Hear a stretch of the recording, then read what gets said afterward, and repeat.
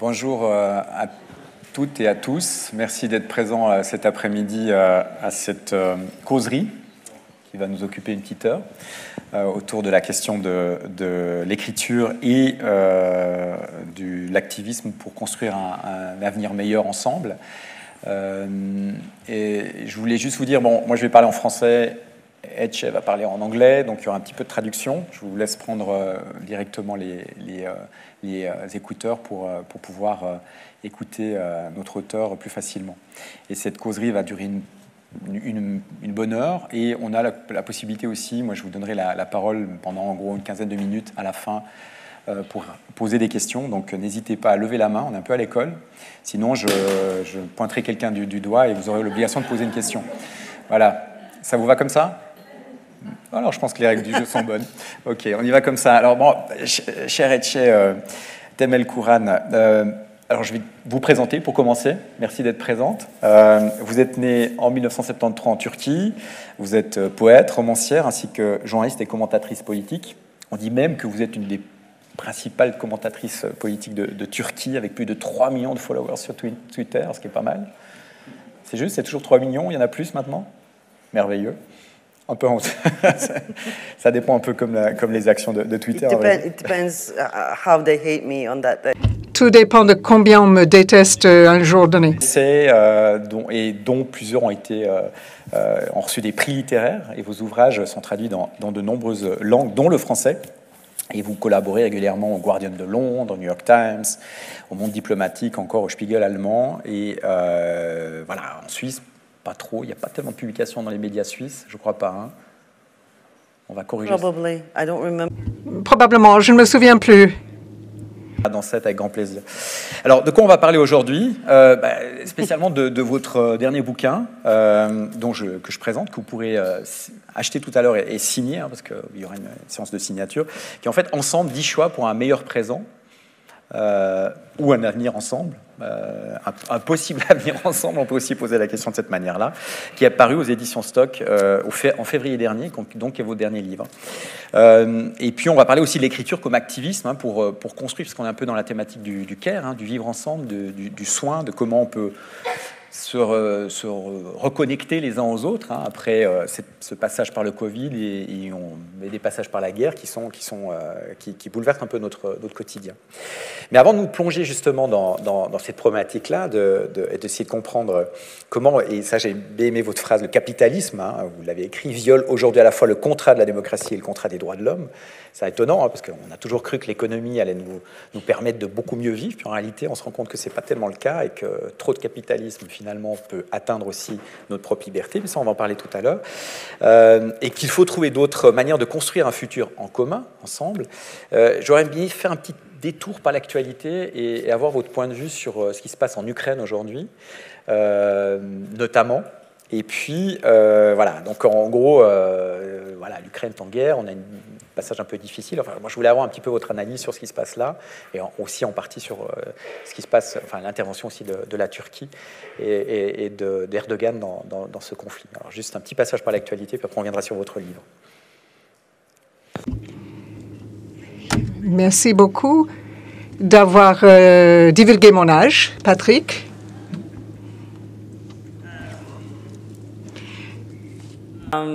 It is great to be with you here. C'est formidable d'être parmi vous. Nous discutons depuis 3 heures déjà avec Patrick. Nous avons à peu près raconté nos vies. Donc c'était la répétition générale, nous allons redéballer nos vies. Non. Alors, toute plaisanterie à part, l'Ukraine.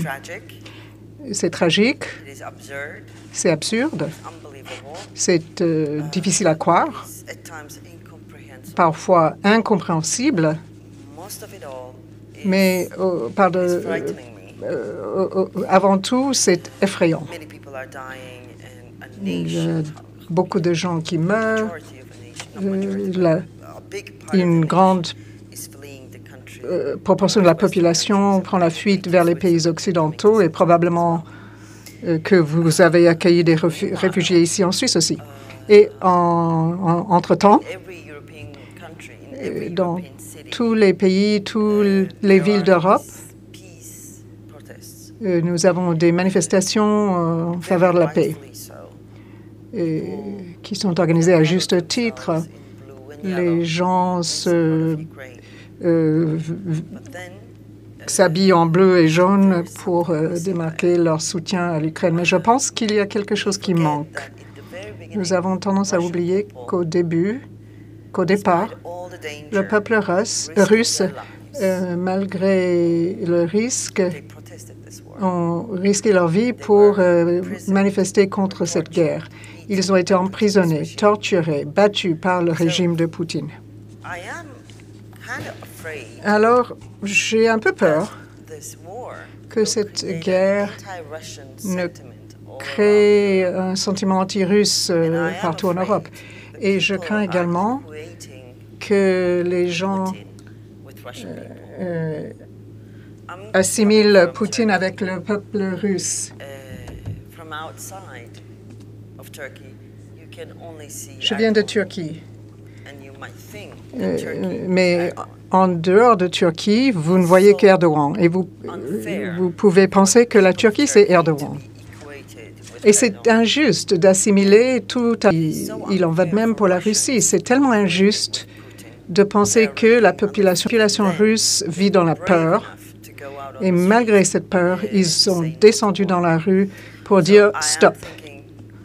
Alors, je me demande s'il n'y a pas moyen d'organiser un mouvement en faveur de la paix avec les Russes critiques du régime de Poutine, avec des Européens. Tout cela prend une tournure très dangereuse. La Finlande, la Suède veulent entrer à l'OTAN. La neutralité d'antan va disparaître et nous allons revenir à une Europe polarisée, un ordre mondial polarisé qui n'a pas fait que du bien, qui n'a pas eu de résultats fabuleux la première fois, et pourquoi est-ce que ce serait différent la deuxième fois? Nous parlons de la guerre nucléaire. Cela semble absurde, mais c'est un risque réel. Tout cela est incompréhensible et c'est anxiogène. Je ne suis pas sûre que nous puissions appréhender. Je ne suis pas sûre que nous appréhendions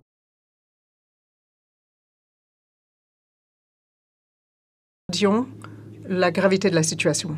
Et moi, j'ai trouvé intéressant parce que vous êtes très critique aussi vis-à-vis des Européens.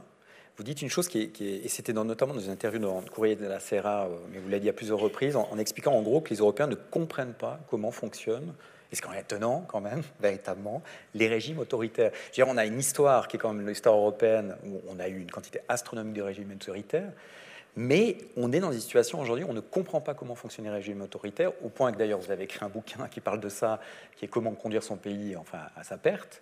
On se rend compte que Poutine a dû le lire aussi, puisque le mode d'emploi, il l'applique à la lettre. Vous êtes vachement visionnaire d'ailleurs dans votre analyse. Mais on se dit, mais c'est quand même étonnant. C'est quand même étonnant que nous, Européens, on soit à ce point aveugles. Et comme on l'a été, comme on parlait aussi d'Obama tout à l'heure, Obama l'a été avec Erdogan, ou comme nous l'avons été avec Erdogan et la Turquie d'Erdogan. Est-ce qu'on n'apprend pas de nos erreurs, finalement? On n'apprend pas de notre histoire? Enfin, comment vous analysez ça, vous Est-ce qu'il y a une explication à donner, d'ailleurs? Vous savez quoi? Pendant la pandémie, les gens avaient la nostalgie de l'époque d'avant, la pandémie, de leur vie avant 2019. J'avais la nostalgie de rien, parce que depuis 2016, je sillonne l'Europe, et d'ailleurs le monde, de Washington à Sydney, et j'ai visité toutes les villes d'Europe, et je le fais pour dire que, attention, ce que nous avons vécu en Turquie arrive chez vous, en Europe. En 2016, l'on m'a pris pour une folle. Je disais que Boris Johnson allait devenir Premier ministre, que Trump allait être élu, etc. Ou que nous n'allions pas nous débarrasser de lui. voilà, Le Pen, beaucoup de votes, Trump est encore avec nous, il va se représenter, il y a eu l'insurrection du Capitole et j'en passe. C'est horrifiant. Ce que les Européens ne comprennent pas, c'est une manière de le dire, mais je préférerais dire que les Européens pensent que tout ce qui se passe en Russie, en Turquie, en Italie ou en Inde ne peuvent pas se produire dans leur pays. Parce que ces pays sont un petit peu fous de toute façon. Mais ces pays n'étaient pas aussi chaotiques, aussi fous avant les événements que nous connaissons. Il y a cette idée de l'exceptionnalisme en Europe et aux États-Unis. Ces pays pensent que leurs institutions vont tenir bon et vont faire barrage contre le populisme, le racisme, l'antisémitisme. Et c'est faux, parce que les institutions sont en train de s'écrouler. Nous sommes au milieu d'une crise grave de la représentation démocratique, une crise grave du capitalisme. Il n'existe plus d'institutions sur lesquelles on peut vraiment compter. Et il n'y a aucune institution qui va vous protéger contre le fascisme, l'extrémisme de droite. C'est ce que les pays ne comprennent pas, parce que après la Deuxième Guerre mondiale, l'on s'est habitué à ces institutions solides au point de croire qu'ils vivaient en démocratie très fiable, très sûre. On ne pense pas à la suite. Vous êtes historien, vous savez aussi bien que moi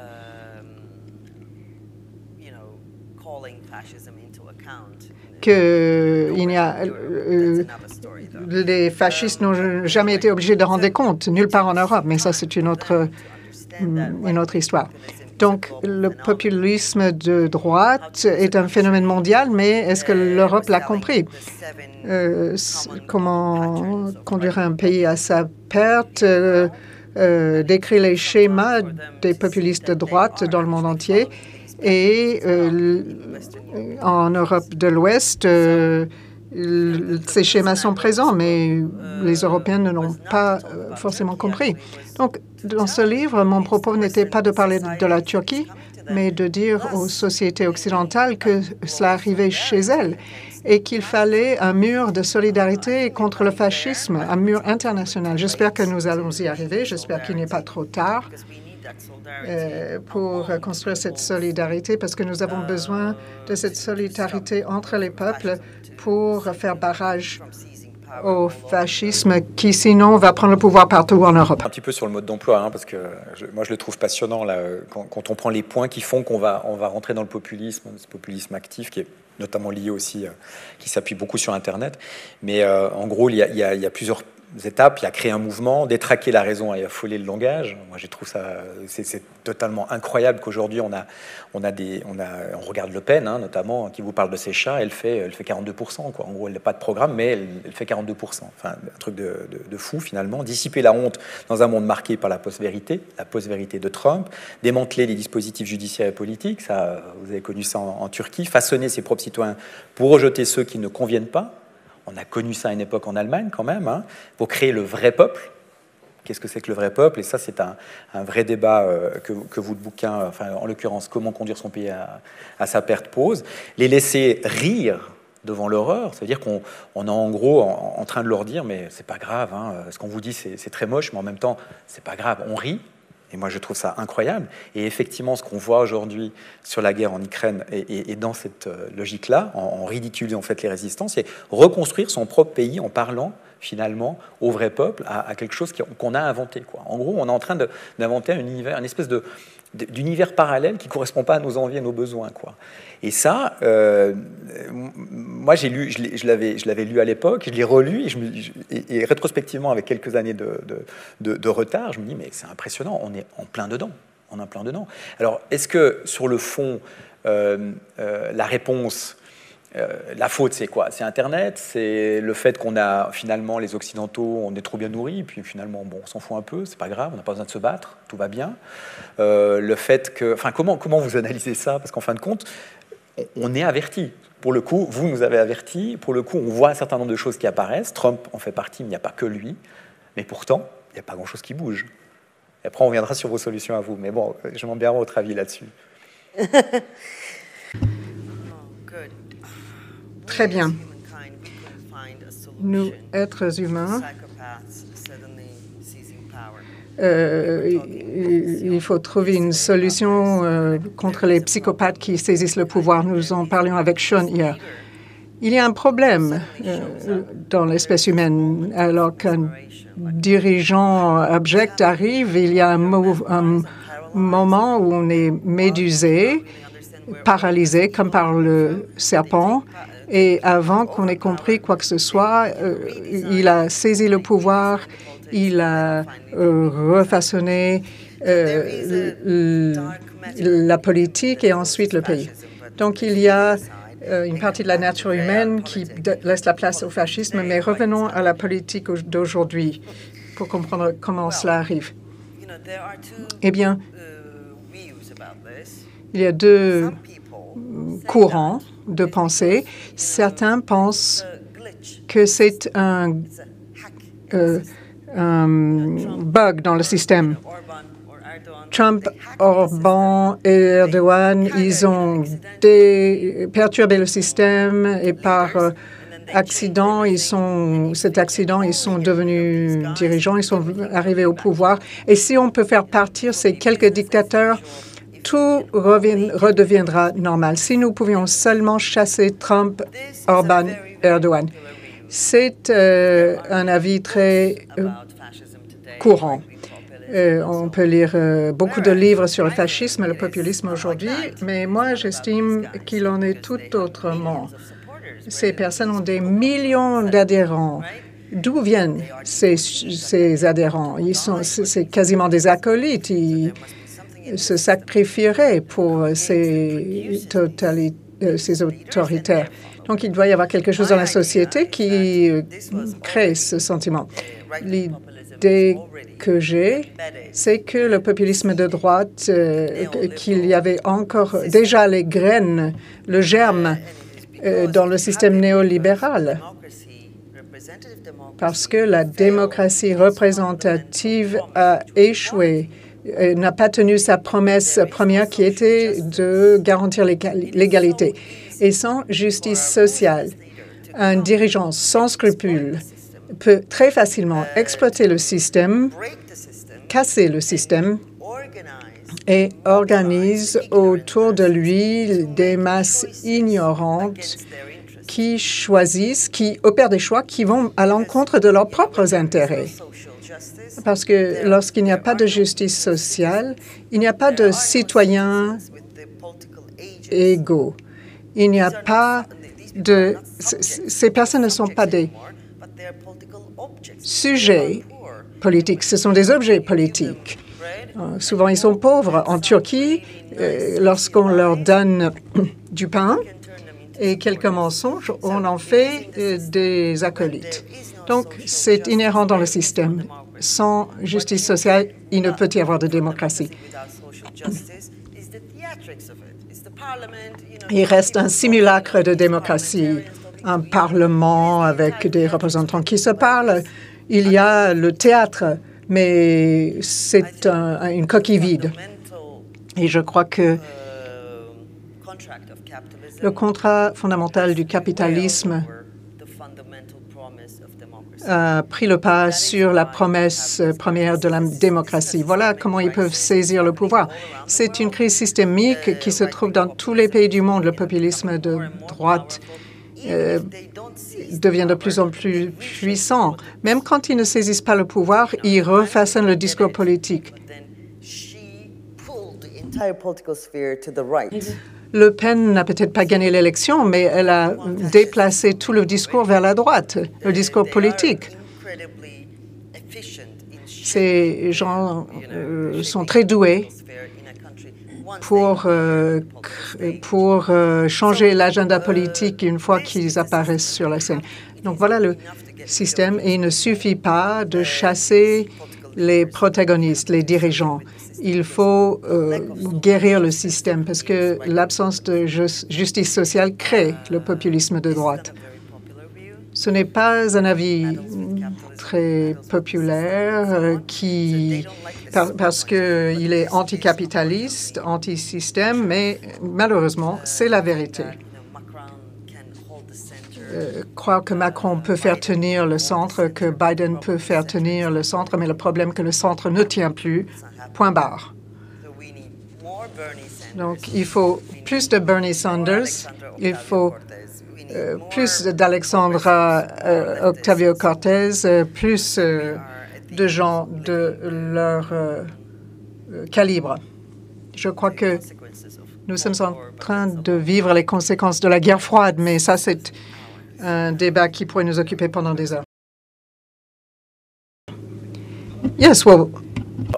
On pose le nom d'une démocratie qui a du mal finalement à se régénérer d'une manière ou d'une autre, parce qu'en réalité, peut-être qu'il y a un problème aussi de remise en question des propres structures et de trouver des solutions. Et effectivement, moi, je suis d'accord avec vous, la question de... Il n'y aura jamais de justice s'il n'y a pas de justice sociale. Ça, c'est une évidence. Et c'est pas par l'injustice qu'on va soigner Enfin, c'est pas par l'injustice qu'on arrive à régler les problèmes. Donc, c'est un peu ce qu'on voit en France avec les Gilets jaunes. Et on a peut-être moins ces mouvements-là en Suisse, parce qu'on a encore une économie qui fonctionne bien et encore beaucoup de moyens. Mais on le voit dans beaucoup de pays, ce mouvement-là. On l'a vu aux États-Unis avec Occupy Wall Street. On sent qu'il y a un mouvement, en tout cas, qui se met en place au niveau mondial. Mais maintenant, on vient un petit peu sur votre bouquin qui est...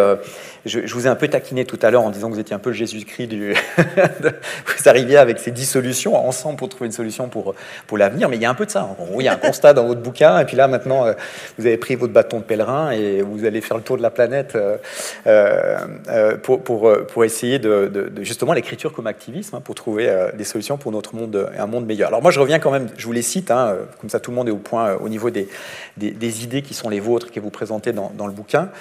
Ça n'empêche pas d'acheter le bouquin après de le lire, parce que vous les développez, ces idées-là, mais finalement, les choix. Il y a 10 choix. Choisir l'espoir plutôt que la foi. Donc, on se positionne quand même un tout peu autour de la religion. Enfin, bref, moi, j'aime bien cette notion d'espoir, mais après, on en parlera un petit peu. Choisir la réalité dans sa globalité. Effectivement, à un moment donné, ça ne sert à rien de suivre, si j'ai bien compris votre message, le message simplifié des réseaux sociaux, par exemple, de Twitter ou d'un tel ou tel politicien. C'est beaucoup plus global, beaucoup plus compliqué. Choisir de se lier d'amitié avec la peur. Ça, j'aimerais bien qu'on revienne là-dessus. Parce que effectivement, je pense qu'on est souvent un peu, un peu naïf par rapport à la réalité du monde. Préférer la dignité à la fierté. J'aime bien cette notion de dignité. J'aimerais bien qu'on en revienne là-dessus tout à l'heure. Choisir l'attention plutôt que la colère. Ça, on est d'accord. Choisir la force plutôt que le pouvoir. Là, vous parlez à des Suisses, on est d'accord. Choisir assez plutôt que moins. Moi, j'aime bien la notion de assez plutôt que moins. Choisir le récif plutôt que l'épave. Ça, vous allez l'expliquer aussi. Choisir l'amitié. Et j'ai pas compris pourquoi pas l'amour, d'ailleurs, mais bon, vous nous expliquerez après. Et choisir d'être ensemble. Et donc, cette notion d'être ensemble, c'est là que je trouve vachement Jésus-Christ compatible, en fin de compte. C'est un peu... Je me disais, il y a 2000 ans, ça a bien marché, le truc. Mais bon, maintenant... J'espère que vous n'avez pas terminé comme lui, ceci dit. Donc, là, finalement, si je comprends bien, votre bouquin, Ensemble, 10 choix pour un meilleur présent, bon, c'est issu aussi de la pandémie, parce que vous expliquez qu'à un moment donné, vous êtes à Zagreb, et puis, allez hop, vous discutez avec quelqu'un, enfin, vous voyez quelqu'un avec les poubelles, là, vous nous racontez cet épisode-là, et puis vous commencez à sourire, vous commencez à rire, vous vous rendez compte un peu du ridicule, mais ce bouquin est issu aussi, finalement, est-ce que c'est pas une réponse à votre autre livre, qui est celui où on se dit, finalement, là, on part à sa perte, et là, c'est quelle solution pour ne pas partir à sa perte, ou pour reconstruire quelque chose de nouveau. Est-ce que je l'analyse bien, votre schéma, finalement, narratif et de construction des livres? Et après, on revient sur le contenu. Tout à fait. J'étais comme une Cassandre. Je disais, voilà ce qui va vous arriver, vous allez perdre votre pays, etc., etc. Et j'ai parlé à je ne sais pas combien de publics, et à chaque fois, il y avait un silence un peu pesant. Je me suis dit, je les ai convaincus. Et à un moment donné, une personne courageuse a levé la main, elle a dit, où se trouve l'espoir? J'ai entendu cette question tellement de fois dans des langues différentes, dans des lieux différents, et ça a commencé à me déranger. J'avais envie de dire, mais qu'est-ce que vous attendez de moi? Et j'ai commencé à réfléchir à l'espoir. Et j'ai commencé à répondre, et s'il n'y avait pas d'espoir? Si je vous dis qu'il n'y a pas d'espoir, qu'est-ce que vous allez faire demain? Et s'il y a de l'espoir? Et s'il y a de l'espoir, qu'est-ce que vous allez faire différemment demain? Peut-être que la question n'a pas lieu d'être. Est-ce que ça change quelque chose dans votre vie? Peut-être qu'il faudrait trouver un autre mot. Alors, j'ai entamé une réflexion sur l'espoir. Ensuite, beaucoup de personnes m'ont posé la question sur la sortie de cette crise. Je dis toujours qu'il faut protéger la démocratie, mais qu'est-ce que c'est? Et je leur dis, voilà, tout se résume à cette question. Est-ce que vous êtes prêts à mourir pour la démocratie? Parce que il s'agit de régimes qui ont des adeptes, des millions d'adeptes qui sont prêts à mourir. Avons-nous un investissement émotionnel dans la démocratie que nous avons envie de protéger la démocratie en manifestant le dimanche après-midi?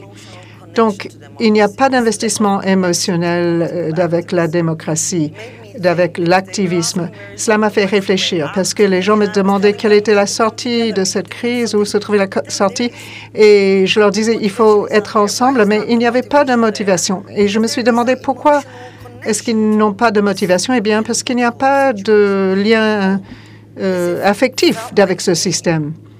J'avais l'impression que les gens avaient perdu non pas l'espoir, mais la foi. Qu'allons-nous faire et à quoi bon? Pour qui? Est-ce que ça vaut vraiment la peine? Alors, j'ai commencé à me dire peut-être qu'il faudrait remplacer le mot espoir par le mot foi. Mais la foi est un concept religieux. Ensuite, je me suis dit peut-être que nous pouvons nous réapproprier le mot foi. Si nous pouvons sauver le mot foi du monopole de la religion, le réinjecter dans la sphère politique et créer une foi laïque, une foi dans l'espèce humaine, peut-être que nous pouvons rétablir cette connexion émotionnelle et créer suffisamment de motivation pour sauver les démocraties. Voilà les origines de mon livre Ensemble. Je me suis dit que Marx avait raison de dire que le monde n'a pas de cœur. Il a dit la religion, c'est le cœur d'un monde sans cœur. Alors, est-ce que nous pouvons créer une foi laïque et un cœur laïque? On parle de la politique en utilisant le jargon, mais c'est ennuyeux. Ça n'émeut personne. Ça n'incite pas les gens à agir. Et les faits ne convainquent personne. Tous les jours, on entend que le trou de l'ozone avance, que nous encaissons ça à chaque fois, mais est-ce que ça nous fait réagir? Non. Alors, qu'est-ce qui fait réagir les gens? Ce sont les émotions, ce sont les convictions. Alors, comment pouvons-nous créer ce dévouement, cette motivation?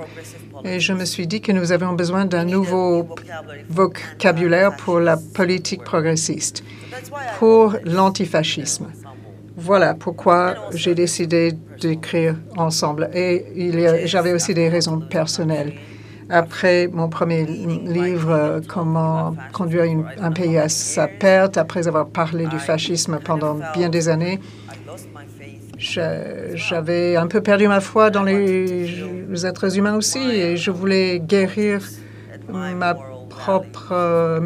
propres valeurs morales.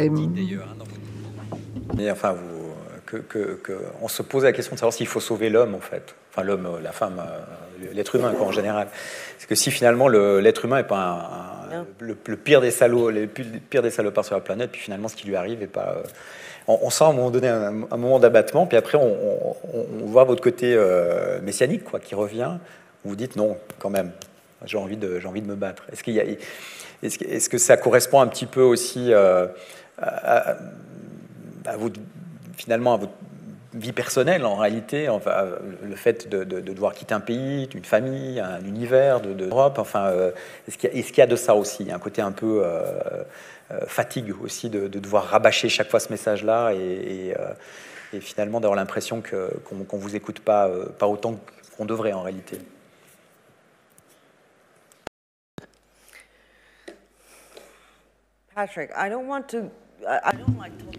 Bon, Patrick, moi j'aime pas parler des aspects personnels de cette histoire et de ce que j'ai perdu, ce que j'ai dû sacrifier. En effet, je n'ai pas envie qu'on me limite à ce cliché de la femme intellectuelle qui a dû fuir les barbares, qui a dû se jeter dans les bras de la civilisation occidentale pour y être sauvée. Ce type de victimisation est tellement humiliant. Peut-être, c'est pas tellement ça le propos. Le propos, c'est de dire finalement, vous décrivez un être humain où on se demande s'il faut vraiment le sauver, quoi, en réalité. Vous avez connu quand même des gens qui vous ont fait des coups pendables. Yeah. Voilà. Donc à la fin, vous dites, mais est-ce que j'ai envie de me battre pour eux, quoi? En gros, c'est un peu ça le message du bouquin, avant tout. Si on sort de la sphère privée, bien sûr. Yeah, I mean... Donc en gros, est-ce que l'être humain n'est pas à ce point pourri que... Bref.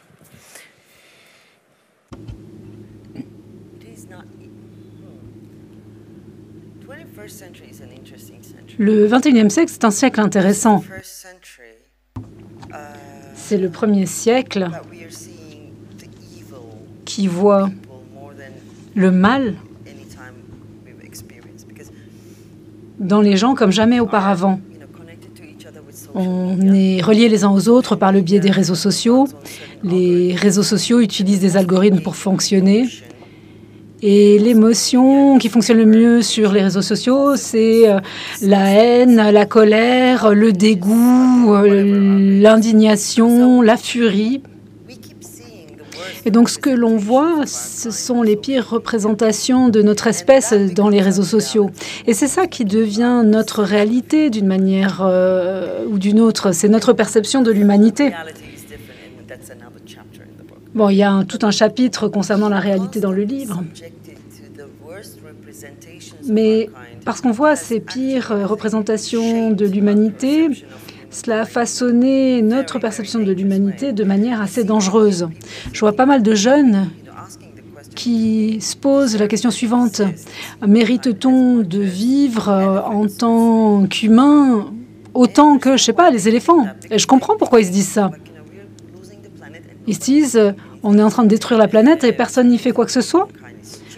Ils pensent que les humains sont débiles. Ça, c'est une chose. Si on arrête de croire cela, on n'a plus rien à faire. Il s'agit à ce stade de tous se suicider et c'est la fin de tout. Alors, on nous nourrit de cette définition de l'humanité depuis la fin des années 70 notamment, une définition néolibérale de l'humanité.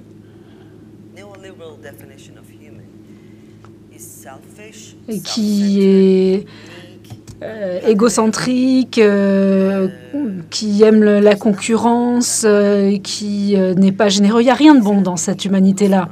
Or, ceci nous a été imposé de manière violente. Or, c'est une définition que l'on a adoptée. Alors, si l'on veut résister à ce système, il nous faut revenir en arrière, revenir sur cette définition pour redéfinir l'humain. Selon cette définition néolibérale de l'humanité, on est des créatures qui ne survivons, qui ne faisons que survivre, c'est tout. Alors qu'en réalité, oui, l'on survit, mais l'on survit en créant de la beauté. On survit en créant de la beauté politique, de la beauté naturelle, quel que soit le type de beauté auquel on pense. Il y a pas mal d'anecdotes à ce sujet dans le livre, mais l'une d'entre elles est la plus importante à mes yeux. Mon éditeur néerlandais m'a raconté l'histoire de ses grands-parents qui se sont rencontrés à un jeune âge à Auschwitz, donc dans une situation terrible. Le garçon tombe amoureux de la fille et d'une manière ou d'une autre, il trouve un chou un petit peu pourri, il met ce chou au bout d'un bâton et il donne ce chou sur le bâton à la fille. Ils tombent amoureux l'un de l'autre et c'est la fin de l'histoire. Eh bien moi, je trouve que ça dit beaucoup de l'humanité. Alors oui, mettre ce chou sur un bâton pour faire comme si c'était une rose, c'est quelque chose qui est beau. On crée de la beauté, on essaie de survivre en créant cette beauté-là. Mais d'un autre côté, il y a la fille. La fille qui accepte de voir une rose dans ce chou. C'est un espèce de contrat entre deux individus qui concerne cette création de beauté. Or, c'est là l'essence de l'humanité, à mon sens. Moi, j'ai besoin d'y croire. Je choisis d'y croire. C'est pas forcément que j'y crois. Je fais le choix moral d'y croire.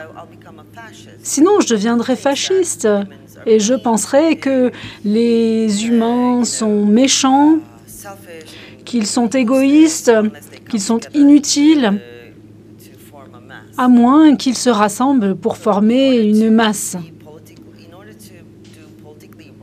Si l'on veut faire les choses bien d'un point de vue politique, l'on doit trouver l'humanité belle, car sinon, pourquoi est-ce qu'on ferait quoi que ce soit pour elle? Ensemble, hein, bon, c'est assez évident, c'est sur le titre, mais le mot ensemble, et on en a parlé tout à l'heure, est hyper important pour vous. C'est pas, si j'ai bien compris, hein, l'idée n'est pas qu'il y ait une forme d'élite qui nous impose des choses, mais qu'on construise ensemble un avenir en commun. Mais concrètement, alors là, on est dans le côté philosophique, on pose un élément, enfin une réflexion politico-philosophico-sociale, enfin bref, globale, quoi. Hein, vous êtes dans votre réflexion totalement globale. Mais concrètement, comment ça pourrait fonctionner? Comment politiquement ça pourrait fonctionner? Est-ce que je sais pas, ça fonctionne un peu à la mode suisse, par exemple, une démocratie directe. Enfin, comment vous avez imaginé les choses si on le pousse concrètement au niveau du quotidien, quoi, tout simplement?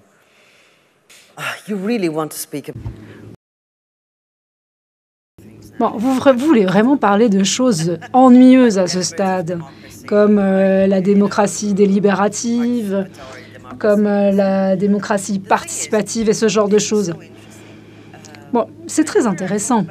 Dès que je parle de ce genre de choses, il y a tout un tas de personnes, et je ne parle pas forcément de vous, mais il y a tout un tas de personnes dont la première réaction, c'est de dire « Mais est-ce vraiment possible ?» Cette question est très dangereuse.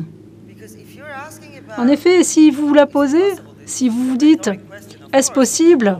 c'est une question rhétorique, parce qu'en fait, vous êtes en train de vous dire que c'est impossible.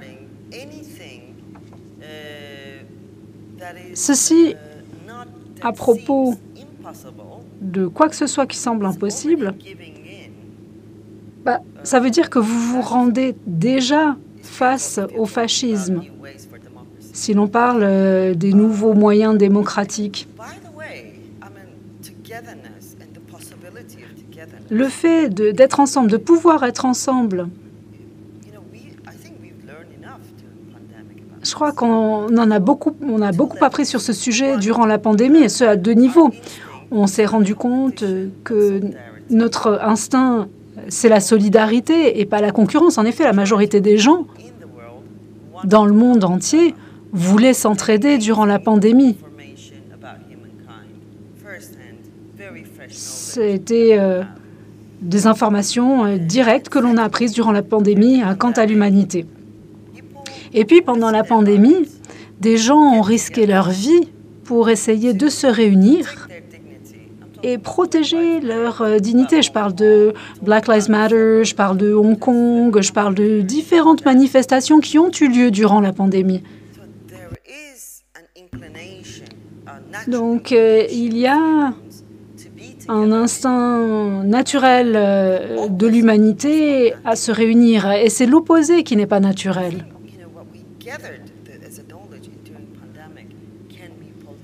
Moi, je pense que les connaissances que l'on a glanées durant la pandémie, on peut les politiser. On a fait quelque chose de très intéressant. En effet, partout dans le monde, les gens ont commencé à mettre sur pied des groupes d'entraide de manière très spontanée, très rapide et très efficace. Ça a été une expérience entièrement nouvelle pour nous. Or, maintenant, on sait comment l'on peut agir en l'absence de toute institution. En effet, les institutions, durant les premiers mois de la pandémie, eh bien, on ne pouvait pas compter sur elles. Et on s'est rendu compte qu'on pouvait le faire nous-mêmes. Ça, c'est une expérience qui est fondamentale, car cela pourrait nous permettre de créer une nouvelle démocratie. Alors, la nouvelle démocratie, ce n'est pas seulement les nouvelles manières d'établir des organes décisionnels, il s'agit également de la justice sociale. En effet, il faut faire quelque chose du capitalisme en parallèle au travail que l'on fait sur la démocratie, sinon ce sera impossible. Choix, dans les 10 choix pour un meilleur présent, mais aussi futur, pour la faire simple. Il y a quelque chose qui m'a un peu surpris, c'est choisir la réalité dans sa globalité. Est-ce que c'est une forme aussi de critique vis-à-vis notamment des médias aujourd'hui, qui font plus ce travail-là, ou qui ont plus, ou si on veut le dire autrement, qui ont même plus ces moyens finalement pour le faire en réalité? Et comment on peut corriger ça en réalité, parce qu'on est les deux aussi journalistes et on se rend bien compte que le monde dans lequel on a vécu a disparu, quoi, en gros, à cause notamment des réseaux sociaux et d'une nouvelle forme d'économie des médias. Enfin, est-ce que c'est dans ce choix-là est un choix où finalement on doit replacer le journalisme et l'observation et le fait d'être témoin de situations au centre du jeu démocratique? Bon, vous le faites avec le slow journalism et avec votre magazine. Moi, je dirais qu'avant tout, il faut dire aux gens que ce qu'ils retirent des réseaux sociaux, ces petits bouts d'information, c'est pas de l'information. Ils ont vraiment l'impression que c'est de l'information. Les gens se disent, je fais défiler Twitter, Facebook, j'ai toutes les informations dont j'ai besoin, mais ce n'est pas de l'information. Déjà, vous recevez de l'information de la part d'entreprises privées sur la base d'algorithmes qui décident ce que vous allez lire ou pas. Et ils essaient tout simplement de vous rendre heureux plutôt que malheureux. Ils essaient de vous dire ce que vous avez envie d'entendre par le biais de ces algorithmes et pas ce que vous devez entendre. Je pense qu'il nous faut continuer à dire que ça, c'est pas de l'information, c'est pas le journalisme. C'est pas comme ça qu'on établit la démocratie. Les gens pensent que la post-vérité, les mensonges, les journalistes, le journalisme, ce sont des clichés ennuyeux. Mais il y a des choses que je vois de manière récurrente dans les manifestations que je vois. C'est d'abord, ils ont emprisonné les journalistes et on n'a rien fait. Et ce n'est pas une coïncidence. Les régimes populistes commencent toujours par la même chose.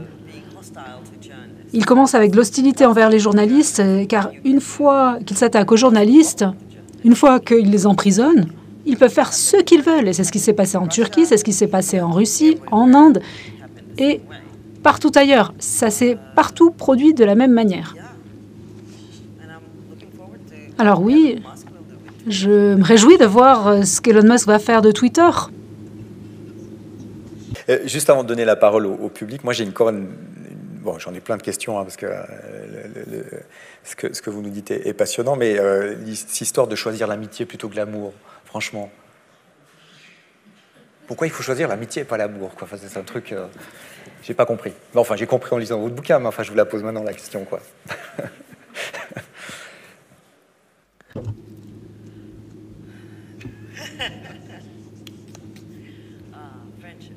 L'amitié. The book looks like Bon, on dirait que je deviens un petit peu évangéliste. Quand je parle, je fais ça avec mes mains. Ils prennent des photos de moi comme en ce moment. Et on dirait vraiment que je suis une télévangéliste en plein prêche. C'est un petit peu bizarre. L'amitié, c'est un concept philosophique et politique.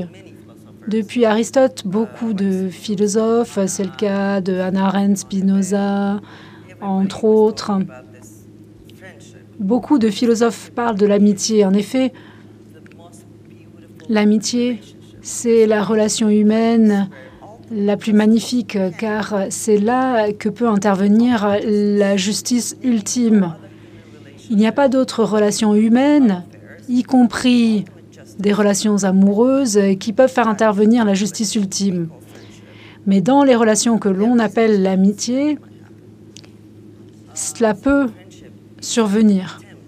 L'amitié, c'est une tentative interhumaine d'aboutir à cette justice sur un plan purement personnel. Alors je me posais la question, est-ce que l'on pourrait redéfinir nos connexions politiques par le biais de l'amitié?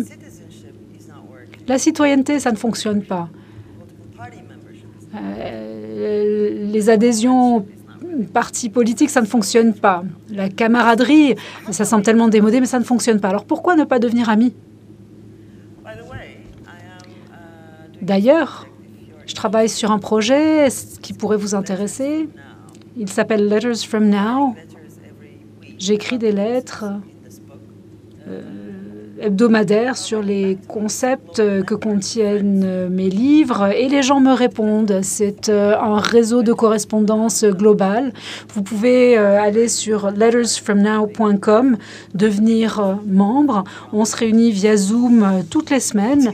C'est une communauté intéressante qui contient des membres des 4 coins du monde. Alors moi, j'essaie moi-même de faire cela.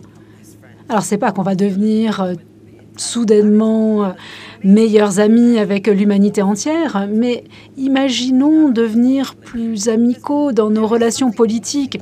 Je crois qu'il y a un truc qui manque dans nos liens politiques. Mettons qu'on soit membre d'un parti politique, ça ne fonctionne pas. Ça ne nous pénètre pas suffisamment. C'est pour ça que je parle de l'amitié. Alors, il y a tout un tas d'autres raisons, mais je pense que c'est ça la raison la plus importante. Il y a les aspects politiques et démocratiques. Question? Oui, merci. Enfin, attendez, il y a un micro qui va arriver. C'est important pour l'enregistrement, hein, désolé. Voilà.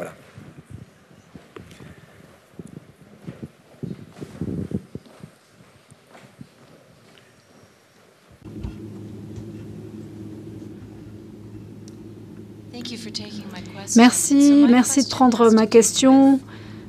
Moi, ma question, elle porte sur le rôle du revenu universel, du revenu de base dans toute société.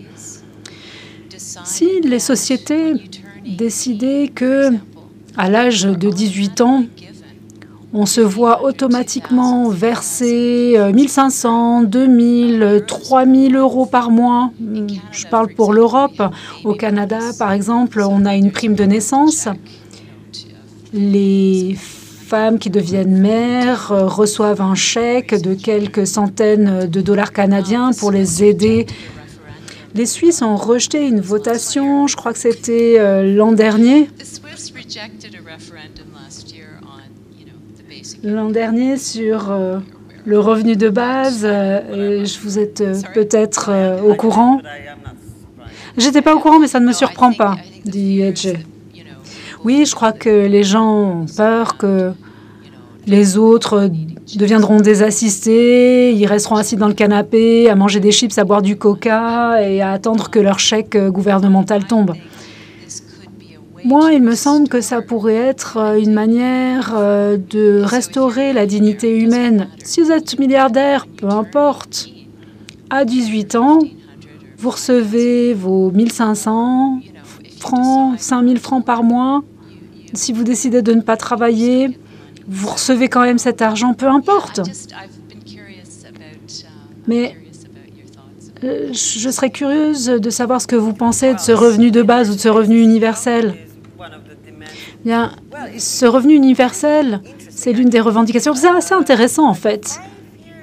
Il y a 5 ans, ou plutôt 10 ans, c'était une question à laquelle les gens réagissaient en disant « Mon Dieu, c'est pas possible ». Or, c'est devenu une revendication de base pour tous les progressistes, un revenu de base universel pour tous. En effet, il devrait y avoir une manière de répercuter les richesses accumulées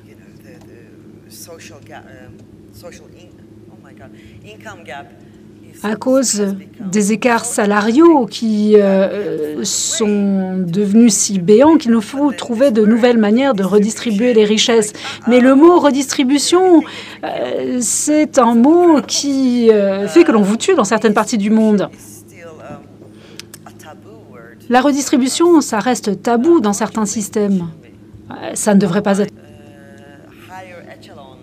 Sinon, aux échelons du capitalisme, notamment à Davos, on sait tous que le capitalisme sous sa forme actuelle n'est pas pérenne. Et ils sont secrètement amoureux du socialisme. Ils commencent à parler de revenus de base universels aussi. Alors oui, on devrait tous faire en sorte de mettre cette revendication en avant, c'est ce qui est logique. Sinon, vous n'aurez pas de démocratie à Berne ou dans les parties les plus luxueuses de Lausanne. L'un des slogans des manifestations, c'est qu'il n'y a pas de paix quand on a faim. Alors, s'ils veulent pérenniser le capitalisme, il faut qu'ils établissent ce revenu de base universel. C'est ce qu'il est logique pour eux de faire.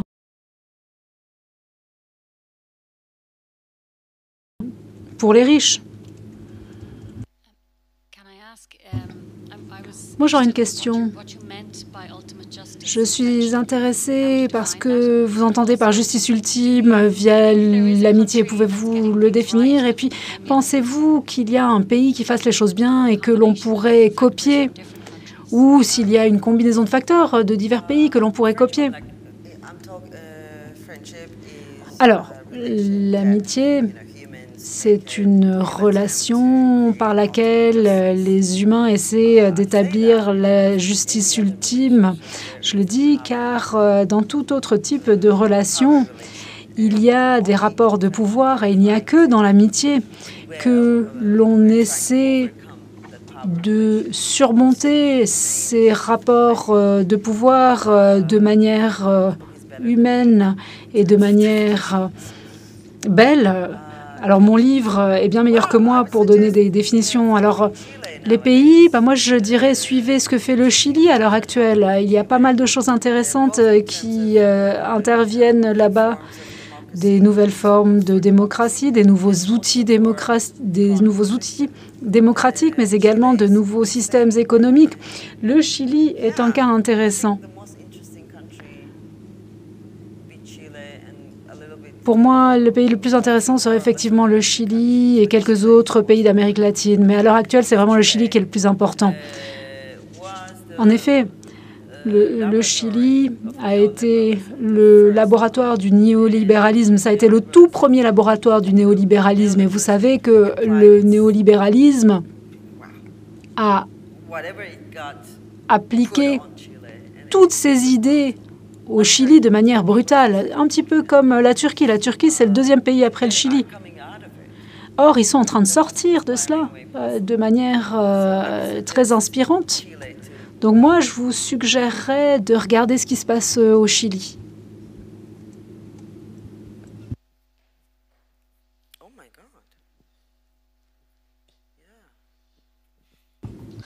Alors, je vous souhaite tout d'abord la bienvenue. Merci pour vos éclairages. J'ai une micro-question et puis le deuxième aussi.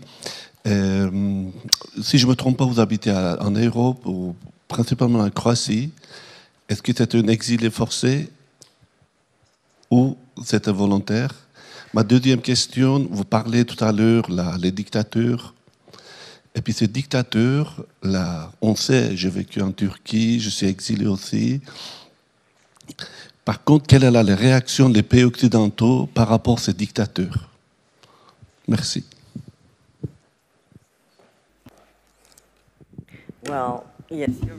Bon, vous avez absolument raison.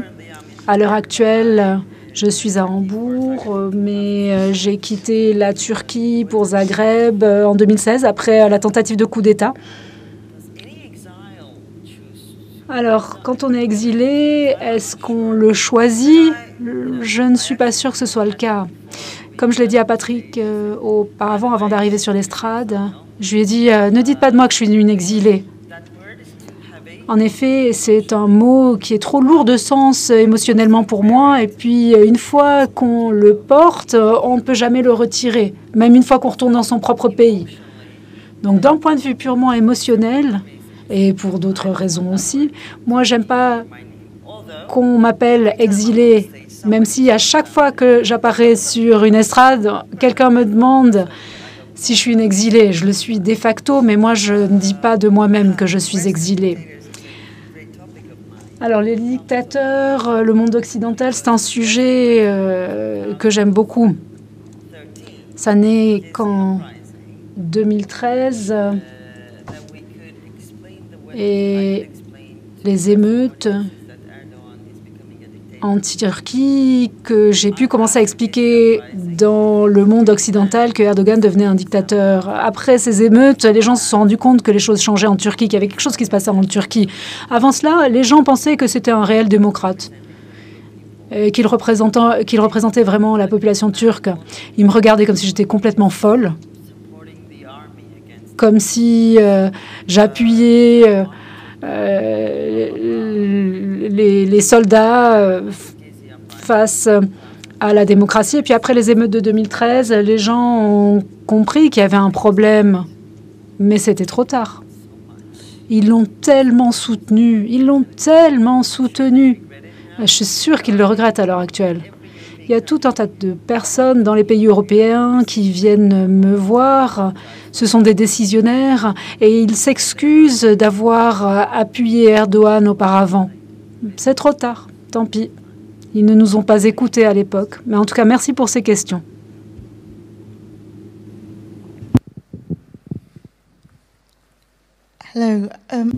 Bonjour, moi j'aurais une question concernant la justice sociale. Vous avez parlé de justice sociale à plusieurs reprises et je voudrais juste des précisions. Quelles sont les catégories de justice? On peut avoir une justice participative, justice distributive, justice catégorielle. Moi, je pose la question du point de vue journalistique. En effet, vous avez parlé de la manière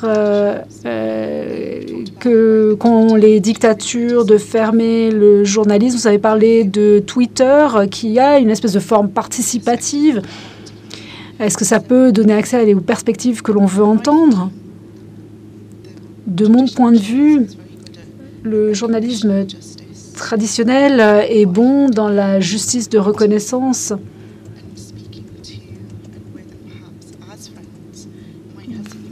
Et donc, je me demande ce qu'il en est de la justice participative, si vous pouviez nous inclure dans ce type de discussion. Merci pour cette question. Ce serait l'occasion d'un article universitaire. La justice distributive, ce serait bien d'un point de vue économique à l'heure actuelle. Je crois que vous avez tout dit. Je crois qu'on a besoin de tout type de justice possible et imaginable. Au niveau de la justice reconnaissante ou de reconnaissance, il me semble que le populisme de droite s'épanouit sur le terreau de la victimisation. Ils organisent la peur des masses ou la colère des masses en leur donnant l'illusion que l'on va les reconnaître en tant que victimes via le système judiciaire. Dans tous les pays, ils disent « il y a une élite, elle ne nous reconnaît pas ». Ils suscitent la colère, ils manipulent la colère existante pour diriger les masses et que ces masses fassent des erreurs politiques incommensurables. Je pense que cette justice de reconnaissance serait très intéressant comme sujet en lien avec le populisme de droite. Merci pour cette remarque. Je ne sais pas s'il y a encore une dernière question avant que vous ayez la chance de signer à la signature du livre. Oui, j'aimerais savoir ce que vous pensez de la jeunesse qui va reprendre vos idées. Est-ce qu'ils vont être style Greta Thunberg ou bien comment vous voyez la jeunesse par rapport aux idées que vous avancez? Merci.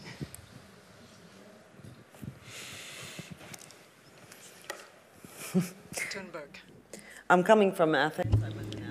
J'arrive d'Athènes. J'étais avec Jeremy Corbyn, l'ancien secrétaire du Parti travailliste d'Angleterre, et je lui ai dit, vous deux, vous et Bernie Sanders, vous avez rendu le socialisme attrayant pour les jeunes. Nos mémoires ont été effacées, surtout aux États-Unis et en Europe de l'Ouest, si bien que les jeunes pensaient que le socialisme était une nouvelle idée, une nouvelle philosophie.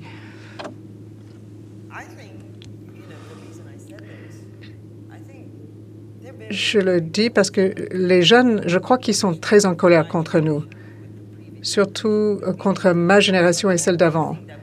Ils estiment que nous n'en avons pas assez fait et ils sont devenus adultes et on leur a servi des crises et ils ont zéro espoir dans l'avenir. Est-ce qu'il n'est pas intéressant de constater que nous sommes la première génération qui sait à coup sûr que l'avenir de leurs enfants est moins rose que leur vie à eux? Nous faisons déjà le deuil des choses que nous allons perdre à l'avenir. Nous faisons déjà le deuil de l'avenir. Et les jeunes font la même chose et ils sont en colère, très, très en colère. Ils ne vont pas avoir de pouvoir économique, de pouvoir d'achat. Ils ne pourront pas acheter une maison, une voiture. Le capitalisme n'a pas tenu ses promesses. Si vous travaillez dur, vous réussirez. Je pense qu'ils cherchent les mots pour exprimer leur colère. Peut-être peut-être le socialisme, peut-être la dignité. C'est un mot que je propose dans mon livre. Peut-être qu'un autre mot qui pourrait leur plaire. Enfin, il y en a plusieurs. Et je crois qu'ils cherchent un nouveau lexique autour duquel ils peuvent se rassembler pour exprimer leur colère et leur rejet de cet état de fait. J'espère qu'ils vont utiliser mes mots ou d'autres mots qu'ils vont identifier, parce que malheureusement, nous devons pouvoir compter sur eux, parce que nous n'avons pas fait ce que nous avions à faire. Très bien. Merci beaucoup. Merci Étienne pour l'échange. Merci Patrick. Merci. Alors, je compte sur vous maintenant, Étienne. Il faut monter la signature des livres et puis vous pouvez continuer, je pense, à discuter et à poser des questions si vous le voulez. Merci en tout cas de l'écoute, merci des questions et bonne suite de festival. Et bon week-end et bonne rentrée aussi. Merci.